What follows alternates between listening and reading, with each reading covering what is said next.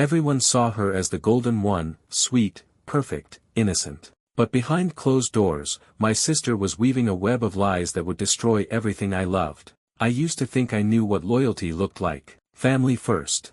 No matter what. My name's Josh. I'm 33, married, working my ass off trying to build a life with my wife, Emily.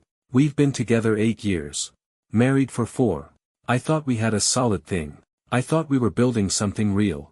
My sister, Megan, was always around. 3 years younger. Grew up glued to my side. Always needed help, always needed saving. I used to think it was endearing. Made me feel needed. Important. Everyone loved Megan. She had this way of smiling that made you want to protect her. Big blue eyes, soft voice, never said a harsh word to anyone. If you only knew her in passing, you'd swear she was an angel walking this earth. But lately, I don't know. Lately something felt off. It started small. Emily would get weird when Megan came over. Stiff. Guarded. At first, I brushed it off. I told myself they were just different personalities, needed time to click. But the way Emily's whole body would tense when Megan hugged me too long, or called me her favorite person, started gnawing at me. Then, one night, after Megan had left, Emily asked, quiet, almost embarrassed, "Do you think Megan's okay?" I laughed it off. Asked her what she meant. She just shook her head and said, "I don't know. I get a weird feeling sometimes."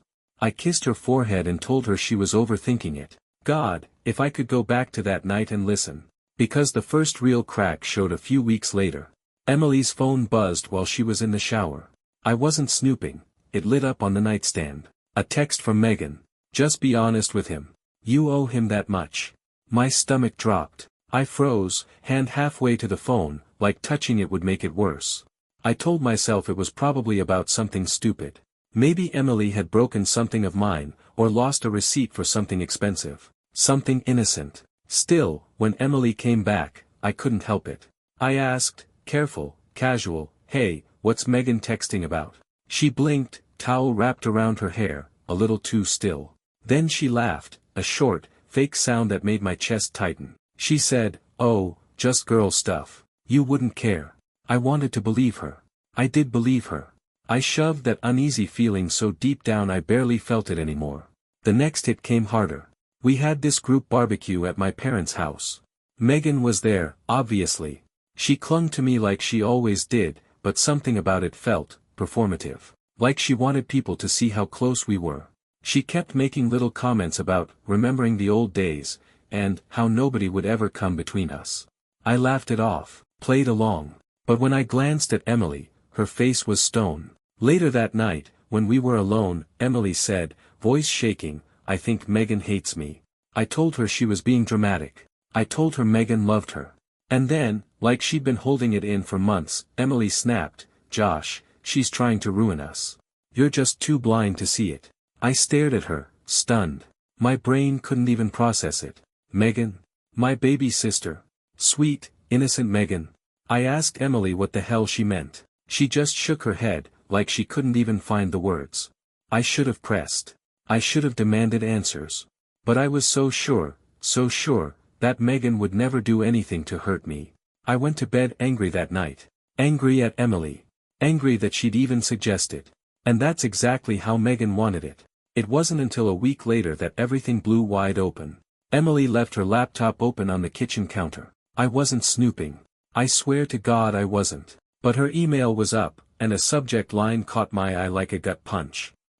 About Josh, I don't know how much longer I can keep this up. My hands shook as I clicked it. It was an email chain between Emily and Megan. Dozens of messages. Megan had been feeding Emily lies for months. Telling her I'd been getting too close to a coworker.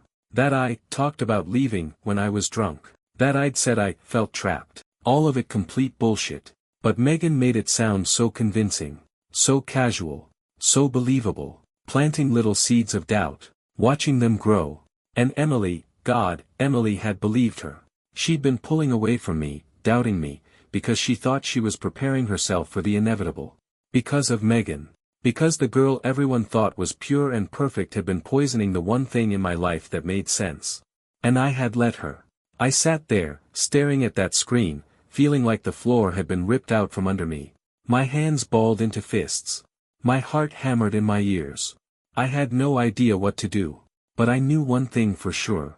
Megan wasn't sweet. She wasn't innocent. She was a goddamn snake. And I was going to make her regret ever thinking she could tear my life apart. I didn't sleep that night.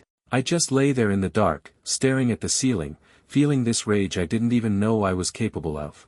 Every memory of Megan, every laugh, every hug, every time she cried on my shoulder, twisted in my mind like barbed wire. She'd been playing me for a fool my whole life. And Emily. God. I kept glancing over at her while she slept, curled up on her side like the world hadn't just cracked wide open. I felt sick thinking about how alone she must have felt, trapped between loving me and believing Megan's lies. At 7 the next morning, I got up, grabbed my keys, and left without a word. I needed answers. And I wasn't going to get them sitting at home like some coward. Megan lived in this little overpriced apartment downtown. I drove there on autopilot, barely feeling the steering wheel in my hands. When she opened the door, barefoot in an oversized sweatshirt, her face lit up like it always did when she saw me. "Josh," she chirped, all sugary and bright, like she hadn't been stabbing me in the back for months. I didn't even let her finish. I pushed past her into the apartment. My voice came out low, unfamiliar. "Why are you trying to ruin my marriage?" She froze. Blinked at me. Then, like she was confused, she laughed. "What are you talking about?" I turned to face her fully. My hands were shaking so bad I had to clench them into fists at my sides. "The emails, Megan. The ones you sent Emily. Don't play dumb." Her face flickered. Just for a second. Barely there. But I caught it. That crack in the mask. Then she did something I'll never forget. She smiled. Slow. Cruel. Like she wasn't even trying to hide it anymore. "You were supposed to pick me," she said, voice so soft I barely caught it. I stared at her, heart pounding so hard it hurt. "Pick you?" I choked out. "What the hell are you talking about?" She took a step closer, eyes shining with something I couldn't even recognize. "It was always me and you. Always. And then she came along. She made you forget." I stumbled back a step, like she'd hit me. My own sister. Talking like we were something we weren't. I said her name, sharp, like a warning. But Megan just kept going, voice rising, trembling. "You don't see it. You don't see how she changed you. You used to be mine." I couldn't breathe. Couldn't think. I said, "Megan, you're sick," but even as the words left my mouth, I knew they weren't enough. Not for this. Not for whatever this was. She laughed then, this broken, bitter sound that didn't belong to the girl I thought I knew. "You'll see," she said. "When she leaves you. When you're alone. You'll come back." I didn't even answer. I just turned and walked out. I made it to my car before I lost it, pounding the steering wheel so hard my knuckles split open. How had I missed it? How had I not seen the way she clung to me wasn't just sisterly affection? That it was obsession. I wanted to drive home. Wrap Emily in my arms and tell her I was sorry. Tell her none of it was true. That I would never leave her. But when I pulled into the driveway, Emily was standing outside. Suitcase by her side.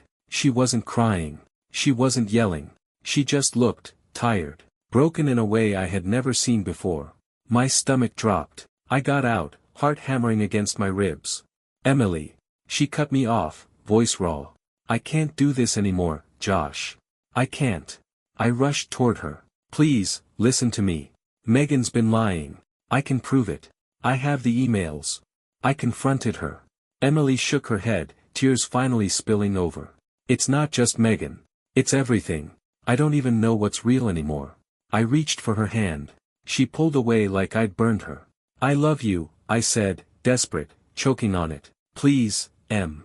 Don't go." She hesitated. For a heartbeat, I thought maybe, she would stay. But then she looked away, wiping her cheeks with the back of her hand. "I need time," she whispered. "I need space to think." And then she got in her car and drove away. I stood there in the driveway, watching the taillights disappear, feeling like someone had ripped my heart straight out of my chest. And inside the house, my phone buzzed. A text from Megan. "Told you she wasn't good enough for you." I saw red. This wasn't over.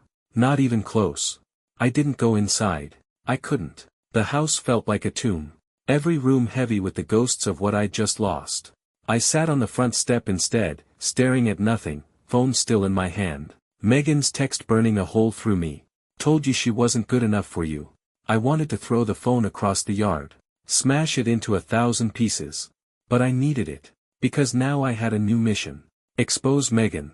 Burn every lie she built to the ground. And maybe, just maybe, get Emily back. The first thing I did was forward the entire email chain to myself. I wasn't taking any chances. I printed it all out too, pages and pages of Megan's manipulation laid bare in black and white. But even as I did it, this sick realization crept over me, it wasn't going to be enough. Megan was smart. She played long games. She planted doubt like it was second nature. If she could make Emily, the woman who knew me better than anyone, question everything, what else had she done? I needed to know. I needed to see the full extent of it. So I dug. I started with my family. That weekend, my parents had a Sunday brunch, like they always did. Megan was there, of course. Sitting at the table like a damn queen, laughing, telling stories, acting like she hadn't destroyed everything behind the scenes. I watched her from across the room. Every smile. Every tilt of her head. Studying her the way you study a snake you know can strike. When I caught my mom alone in the kitchen, I asked, careful, hey, has Megan ever said anything to you about Emily and me? Mom hesitated. Too long. My stomach clenched. She finally said, she mentioned, once, that Emily seemed unhappy. That maybe you two were having problems you didn't want to talk about. I almost laughed. Bitter. Hollow. Of course she did. I pressed harder. When? Mom frowned, wiping her hands on a dish towel. I don't know. A few months ago. Right around the time Emily started pulling away. I thanked her. Kissed her cheek. Acted normal. But inside, I was boiling. Megan had been spreading poison everywhere. Quiet. Subtle. So when the collapse came, no one would question it. And she hadn't stopped with my family. I found out from a coworker, totally by accident, that Megan had been dmang some of my friends too. Little comments. Hints. Josh seems off lately. Hope everything's okay at home. He doesn't really open up to Emily, you know. Just enough to make them wonder. Just enough to isolate me. Make me easier to control. It was a full-blown smear campaign, and I hadn't seen a goddamn thing. I sat alone in my car after that, hands gripping the steering wheel until my knuckles went white. This wasn't obsession. This was war. And the worst part? I still had no idea why. What did Megan really want? To destroy me? Keep me to herself? Prove she could? It didn't matter anymore. I wasn't going to sit around waiting for her next move. I was taking the fight to her. The next night, I showed up at her apartment unannounced. She answered wearing that same fake innocent smile, like she thought this was all some game. I didn't even let her speak. I shoved the stack of printed emails into her hands. Watched her face go pale as she flipped through them. Game's over, I said, voice shaking from the effort it took to stay calm. I know what you've been doing. She looked up at me, blinking fast, and for a second, just a second, she looked scared. Then the mask dropped. Her mouth twisted into something ugly. You ruined it, she hissed. You let her come between us. I stepped back, heart pounding. You're sick, I said, voice hoarse. You need help. She laughed, this sharp, broken sound that made my skin crawl. You'll come back, she said, almost sing-song. You always come back. I turned and walked away before I could do something I'd regret. As I got into my car, my phone buzzed. Emily. My heart leapt into my throat. I answered on the first ring. Her voice was shaky. Josh. Can we talk? I closed my eyes, relief flooding through me. Yeah, I said, almost whispering. God, yeah. She asked to meet at a little coffee shop halfway between her temporary place and our house. Neutral ground. When I got there, she was already sitting at a corner table, twisting a napkin in her hands. I slid into the seat across from her, suddenly terrified. Terrified that no matter what I said, it wouldn't be enough. She looked up at me, eyes red but steady. I'm sorry, she said, voice breaking. I let her get inside my head. I should have trusted you. I shook my head, throat tight. No. I should have seen it. I should have protected you from her. We sat there for a long moment, just looking at each other. Finally, she asked, what do we do now? I reached across the table and took her hand. We rebuild, I said. Together. And for the first time in what felt like forever, Emily smiled. A small, broken smile. But real. I thought maybe, just maybe, we could make it. But I should have known better. Because Megan wasn't done with us yet. Not even close. For a few weeks, things were better. Not perfect. Not even close.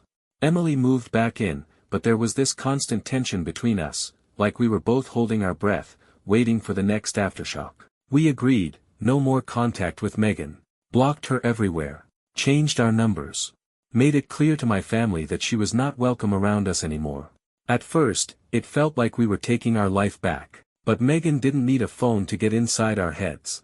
She'd already planted enough seeds of doubt, fear, and guilt to last a lifetime. We couldn't go to a family event without feeling eyes on us.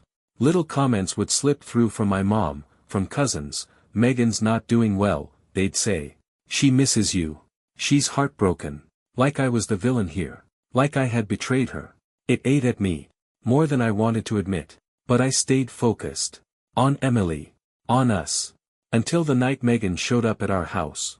It was late, cold, raining so hard I could barely see out the windows.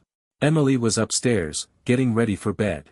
I was in the living room, flipping channels, trying not to think too hard. Then, a knock. Soft, hesitant. I froze. Every hair on my body stood up. I knew. Somehow, even before I opened that door, I knew. When I pulled it open, she was standing there. Soaked to the bone. Shivering. Mascara running down her cheeks. Pathetic. Beautiful. Dangerous. Megan, I said, low. She smiled through the tears, this broken, heartbreaking smile. I had nowhere else to go, she whispered. Everything inside me screamed to slam the door in her face. But before I could move, Emily was there. Behind me. Her voice was sharp. Get out of here, Megan. Megan flinched like she'd been slapped. Looked at me, pleading. Josh, please. Just talk to me. I stepped in front of Emily, blocking Megan's view of her. You need to leave, I said, forcing my voice steady. You're not welcome here. Megan's face crumpled. For a second, I saw the scared little sister I used to protect. But then, it shifted. Something dark flashed across her face. She leaned in, her voice low enough that only I could hear it. If you think you can just erase me, she said, you're wrong. You'll never be free of me. And then she was gone. Turned and ran back into the night, disappearing into the rain. Emily grabbed my arm, hard enough to hurt. Change the locks tomorrow, she said, voice shaking. I nodded. Neither of us slept that night. The next day, I filed for a restraining order. It wasn't easy. You don't just walk into a courthouse and say, hey, my sister's insane, can you keep her away from me? You have to prove it. I submitted the emails. The text messages. Documented every encounter. It was humiliating. Like tearing open wounds that hadn't even started healing. But it worked. A temporary restraining order was granted. Megan couldn't come within 500 feet of us. It should have felt like a victory. Instead, it felt like mourning. Because no matter how much I hated her for what she'd done, some part of me still remembered the little girl who used to fall asleep on my shoulder during thunderstorms. Family isn't supposed to destroy you. But she had. And the worst part was, deep down, I think Megan believed she was fighting for me. Like I was some prize to be won. Not a brother. Not a person. Just a possession. A few weeks passed. No Megan. No late-night visits. No creepy texts from unknown numbers. Emily and I started breathing again. Started laughing again. It was fragile. Like walking on cracked ice. But it was real. Until the letter came. No postmark. No return address. Just a plain white envelope slid under our door one evening while we were making dinner. Inside, a single sheet of paper. Scrawled in Megan's messy handwriting. I forgive you. Emily dropped it like it burned her. I picked it up, hands trembling. No threats. No accusations. Just those 3 words. It scared me more than anything else she had done. Because it meant she wasn't finished. Not even close. The second that letter hit our floor, the atmosphere inside our house changed. It didn't matter that Megan hadn't technically broken the restraining order, she hadn't approached us, hadn't spoken to us, but we both knew it was her way of reminding us. She could reach us anytime she wanted. I spent that night sitting up in the dark, baseball bat across my lap, heart pounding at every creak of the floorboards. Emily curled up on the couch, refusing to go upstairs alone. Neither of us said it out loud, but we knew, Megan was escalating. The next morning, I called the police. Filed another report. showed them the letter. They told me what I already knew: without cameras or witnesses, there was nothing they could do. So I installed cameras. Everywhere. Front porch, backyard, inside the house. It made Emily feel a little safer. It made me feel like I was living in a prison.